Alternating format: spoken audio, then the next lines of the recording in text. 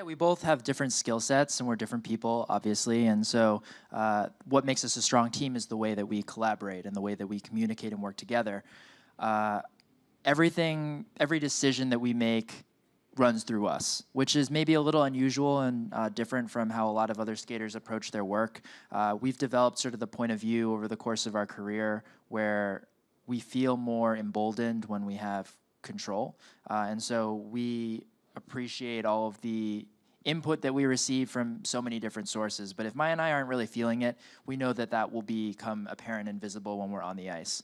As far as how we delegate the decision making and the choices, nothing would get done if I didn't have the executive producer, Maia Shibutani. I have a lot of ideas.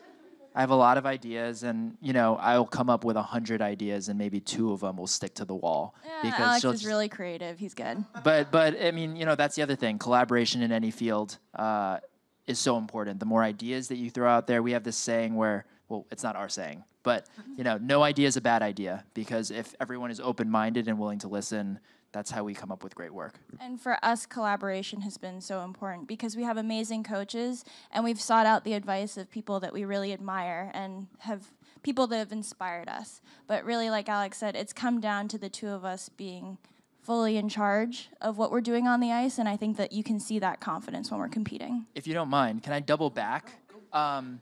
So Maya was talking about, I almost dropped my medal. Okay. Put something on those things. I know. So it's wear it or double whatever, stick tape or something. No, Maya was talking about the trilogy. And, I'll try to make another analogy for people who, because when we start talking about like skating, it gets a little inside baseball. That's a term, not talking about baseball.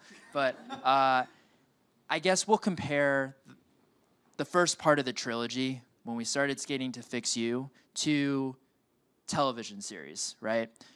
We had written and designed this story that we wanted to tell. It was a personal story, and we just wanted it to get picked up. We wanted it to get appreciated.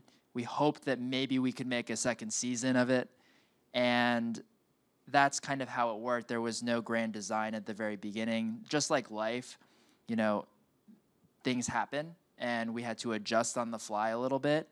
And it was after the incredible success, we won an Emmy Award or something for our first year.